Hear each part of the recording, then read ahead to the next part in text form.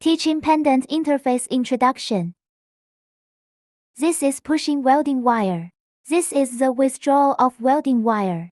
This is pushing gas. This is a virtual run.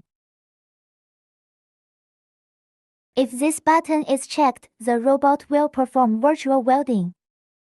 If this button is unchecked, the robot will perform real welding. This is stop, this is start. If the teaching pendant and controller are successfully connected, this status will be displayed. This is the settings button. This is straight line welding. This is circular arc welding.